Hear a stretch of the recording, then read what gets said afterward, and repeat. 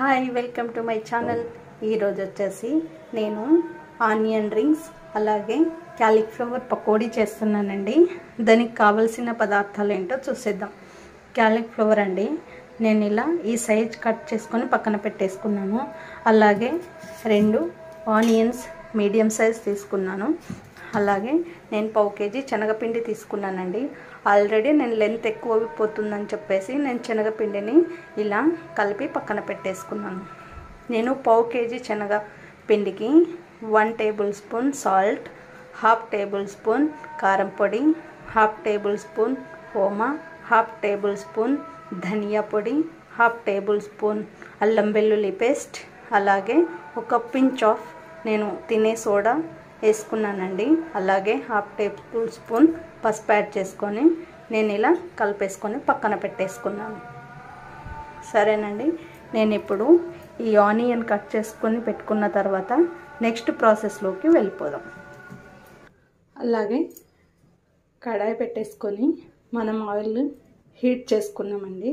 చూద్దాం ఆయిల్ వేడెక్కిందా లేదా అనేది. ఓకే, ఆయిల్ అయితే వేడైందండి. ఇప్పుడు మనం పకోడీని వేసుకుందాం.